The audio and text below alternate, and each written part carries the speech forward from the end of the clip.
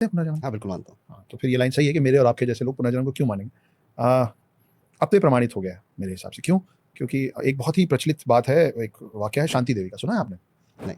तो एक लड़की छोटी 5-7 साल की थी और उनका नाम था शांति, शांति देवी उनका नाम रखा गया था।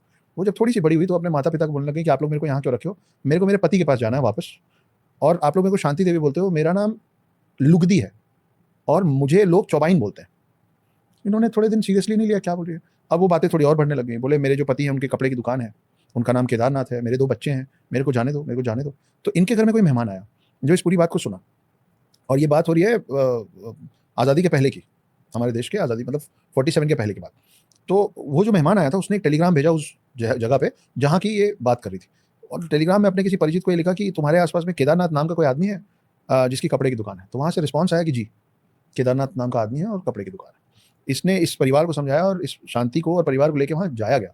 जब वहाँ पहुँचे तो उस कस्बे के बाहर से वो बच्ची अपने पिछले जन्म के घर का रास्ता खुद तय की, और रास्ते में बताती गई कि इस गली में जाओगे तो फलाने का घर है, उस गली में जाओगे तो ढिकाने का घर है। वो घर पहुँची तो इन लोगों ने उसका फिर से टेस्ट लिया। इन लोगों ने केदारनाथ के भाई को सामने बिठाया, जो लगभग 50-60 साल की उम्र में उस समय थे, कि ये हैं केदारनाथ। तो बोले झूठ बोल रहे हो तुम लोग, ये केदारनाथ नहीं है, ये उनके भाई। केदारनाथ कहाँ है? तो जब केदारनाथ को फिर सामने लाया गया, वो केदारनाथ को कुछ ऐसी बातें बताई जो सिर्फ उन दोनों को पता होनी चाहिए, मतलब पति पत्नी के बीच की बात हो। कुछ सीक्रेट्स, कुछ डिस्कशंस, कुछ अच्छी मेमोरीज जो किसी हालत में उस लड़की को नहीं पता होनी चाहिए थी। तब इन लोगों को समझ में आया कि ये जो बोल रही थी कि मुझे लोग चौबाइन चौबाइन बोलते थे, वो इसलिए बोलते थे क्योंकि केदारनाथ का पूरा नाम था केदारनाथ चौबे। तो जैसे चौबाइन। तो जैसे बचपन में मतलब पूरा अभी भी गांव में पंडित की पत्नी को पंडिताइन बोल देते हैं, है ना? वैसे उसको